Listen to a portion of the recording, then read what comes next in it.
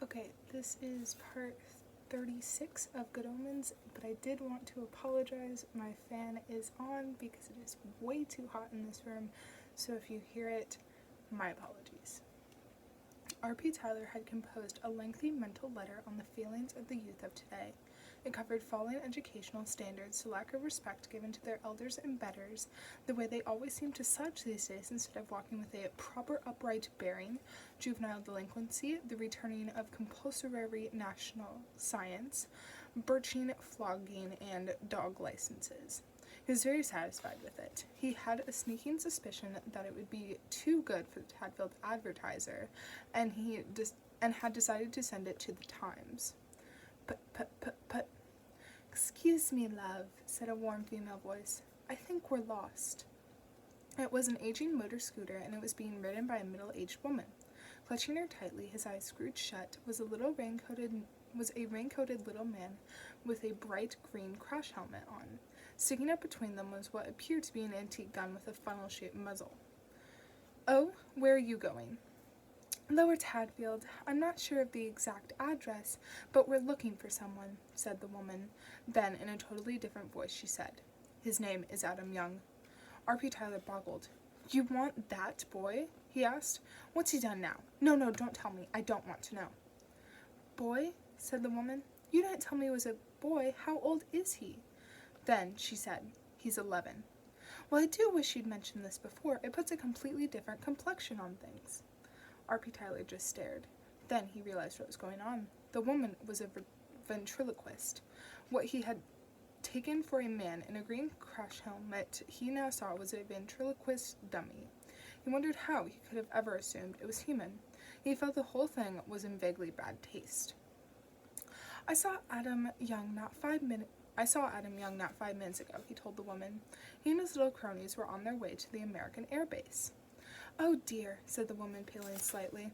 I've never really liked the Yanks. They're really very nice people, you know. Yes, but you can't trust people who pick up the ball all the time when they play football. Excuse me, said R.P. Tyler. I think it's very good, very impressive. I'm deputy chairman of the local Rotary Club, and I was wondering, do you do private functions? Only on Thursdays, said Madame Tracy disapprovingly, and I charge extra. And I wonder if you could direct us to... Mr. Tyler had been here before. He wordlessly extended a finger, and the little scooter went put, put, put, put down the narrow county lane.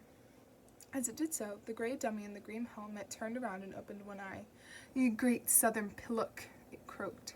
R.P. Tyler was offended, but also disappointed. He hoped it would be more lifelike. R.P. Tyler, only 10 minutes away from the village, paused, while Shih Tzu attempted another of its wide range of eliminatory functions. He gazed over the fence. His knowledge of county lore was a little bit hazy, but he felt sure... His knowledge of country lore was a little hazy. Sorry, I don't know why I'm having such trouble. But he felt fairly sure that if the cows lay down, it meant rain. If they were standing, it would probably be fine.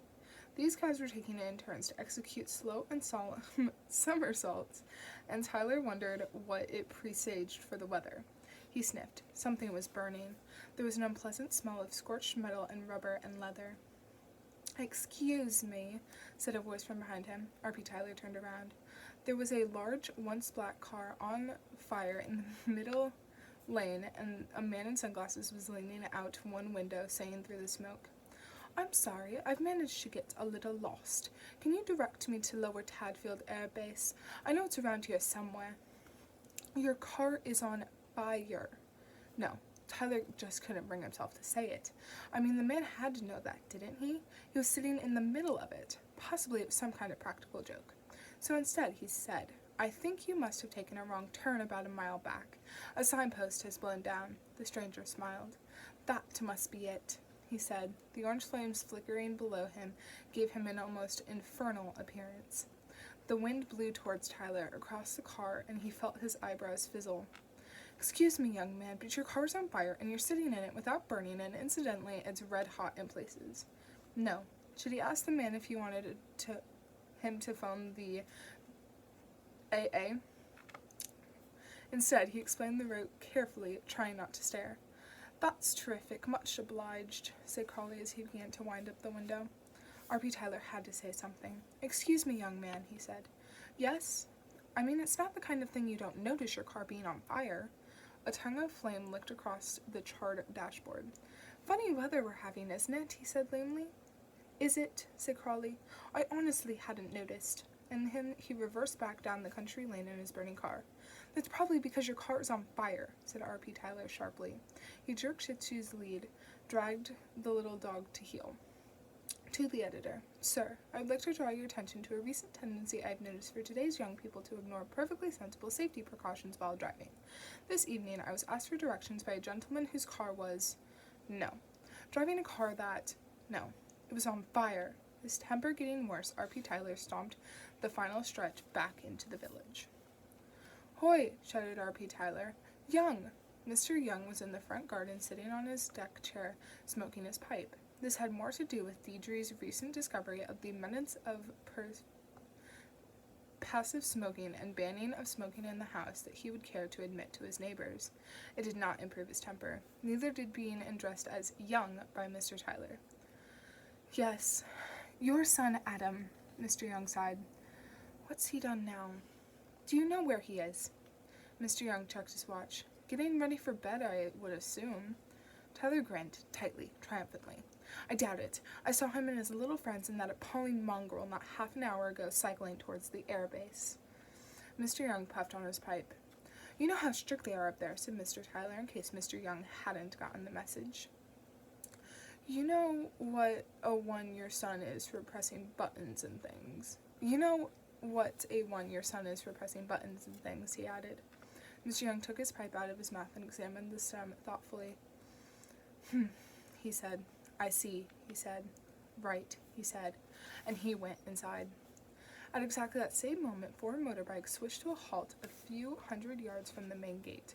The riders switched off their engines and raised their helmet visors. Well, 3 of them did. "I was rather hoping we could crash through the barriers," said War wistfully. "That'd only cause trouble," said Fairman. "Good. Trouble for us, I mean. The power and phone lines must be down, but they're bound to have generators, and they'll certainly have radio. If someone starts reporting that terrorists have invaded the base, then people will start acting logically, and the whole plan collapses."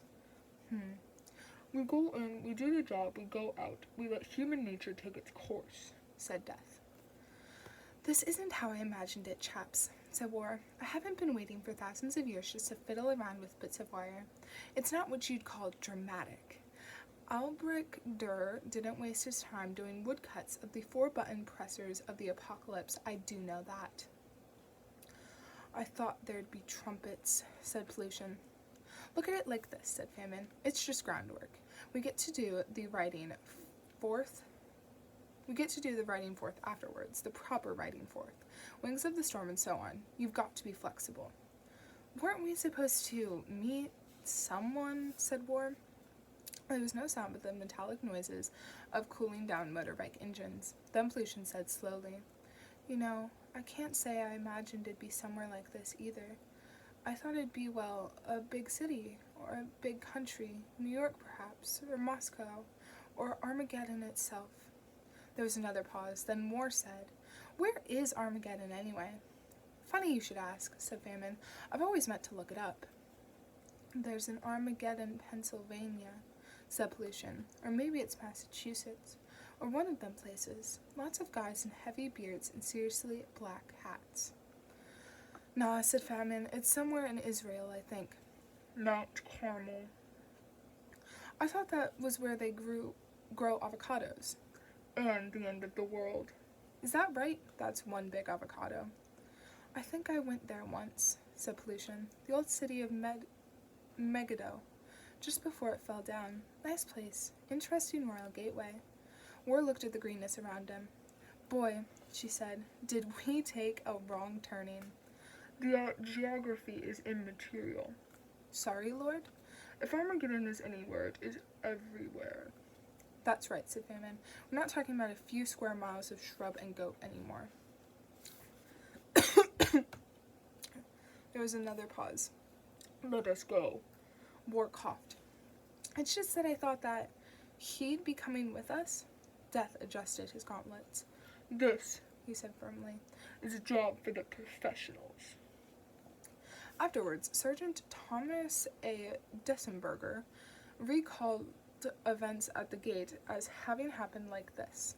A large staff car drew up by the gate. It was sleek and official looking, although afterwards he wasn't entirely sure why he had thought of this, or why it sounded momentarily as though it were powered by motorbike engines. 4 generals got out. Again, the sergeant was a little uncertain of why he had thought this. They had proper identification. What kind of identification? Immediately he couldn't quite recall, but it was proper. He saluted, and one of them said, "Surprise inspection, soldier," to which Sergeant Thomas A. Dessenberg replied, "Sir, I have not been informed as to this incident of a surprise inspection at this time, sir." "Of course not," said one of the generals. "That's because it's a surprise." The sergeant saluted again. "Sir, permission to confirmate this intelligence with base command, sir," he said uneasily. The tallest and thinnest of the generals strolled a little way from the group, turned his back, and folded his arms.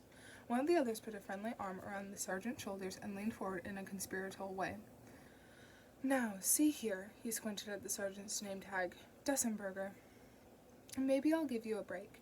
It's a surprise inspection, got that? Surprise. That means no getting on the horn the moment we've gone through, understand? And no leaving your post. Career soldier like you'll understand. Am I right?" he added. He winked. "Otherwise you'll find yourself busted so low you'll have to say sir to an imp." Sergeant Thomas A. Dessenberger stared at him. "Private," hissed one of the other generals. According to her tag, her name was Watt. Sergeant Dessenberger had never seen a female general like her before, but she was certainly an improvement. "What? Private, not imp." "Yeah, that's what I meant. Yeah, private. Okay, soldier?" The sergeant considered the very limited number of options at his disposal. "Sir, surprise inspection, sir," he said. "Provisional classification at this time," said Fairman, who had spent years learning how to sell to the federal government and could feel the language coming back to him. "Sir, affirmative, sir," said the sergeant. "Good man," said Fairman as the barrier was raised. "You'll go a long way." He glanced at his watch. "Very shortly."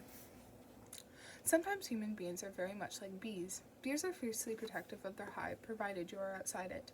Once you are in, the workers sort of assume that it must have been cleared by management and take no notice. Various freeloading insects have evolved a mellifluous existence because of this very fact. Humans act the same way. No one stopped the 4 as they purposefully made their way into one of the long, low buildings under the forest of radio masts. No one paid any attention to them. Perhaps they saw nothing at all. Perhaps they saw what their minds were instructed to see, because the human brain is not equipped to see war, famine, pollution, and death when they don't want to be seen, and has got so good at not seeing that it often manages not to see them, even when they abound at every side. The alarms were totally brainless, and thought they saw 4 people where people shouldn't be, and went off like anything. Newt did not smoke, because he did not allow nicotine to gain entry to the temple of his body, or, more accurately, the small Welsh Methodist tin tabernacle of his body. If he had been a smoker, he would have choked on the cigarette that he would have been smoking at this time in order to steady his nerves. Anathema stood up purposefully and smoothed the creases in her skirt. "Don't worry," she said. "They don't apply to us. Something's probably happening inside." She smiled at his pale face. "Come on," she said. "It's not the OK Corral." "No, they've got better guns, for one thing," said Newt. She helped him up. "Never mind," she said. "I'm sure you'll think of a way." It was inevitable that all 4 of them couldn't contribute equally, War thought. She'd been surprised at her natural affinity for modern weapon systems, which were so much more efficient than bits of sharp metal, and of course pollution laughed at absolutely foolproof fail-safe devices. Even Fairman at least knew what computers were. Whereas, well, he didn't do anything much except hang around, although he did it with a certain style. It had occurred to War that there might one day be an end to war, an end to famine, possibly even an end to pollution, and perhaps this was why the 4th and greatest horseman was never actually what you might call one of the lads. It was like having a tax inspector in your football team. Great to have him on your side, of course, but not the kind of person you wanted to have a drink and a chat with in the bar afterwards. You couldn't be 100% at your ease. A couple of soldiers ran through him as he looked over Pollution's skinny shoulder. "What are those glittery things?" he said, in the tones of one who knows he won't be able to understand the answer but wants to be seen as taking an interest. 7-segment LED displays, said the boy. He laid loving hands on the back of relays which fused under his touch and then introduced a swath of self-replicating viruses that whirred away on the electronic ether. "I could really do with those bloody alarms," muttered Famine. "I could really do without those bloody alarms," muttered Famine. Death absent-mindedly snapped his fingers. A dozen Glucksons gurgled and died. "I don't know, I rather like them," said Pollution. Moore reached inside another metal cabinet. This wasn't the way she'd expected things to be, she had to admit, but when she ran her fingers over and sometimes through the electronics there was a familiar feel. It was an echo of what she got when you held a sword, and she felt a thrill of anticipation at the thought that this sword enclosed the whole world and a certain amount of the sky above it as well. It loved her. A flaming sword. Mankind had not been very good at learning that swords are dangerous if left lying around, although it had done its limited best to make sure that the chances of one this size being wielded accidentally were high. A cheering thought that it was nice to think that mankind made a distinction between blowing their planet to bits by accident and doing it by design. Pollution plunged his hands into another rack of expensive electronics.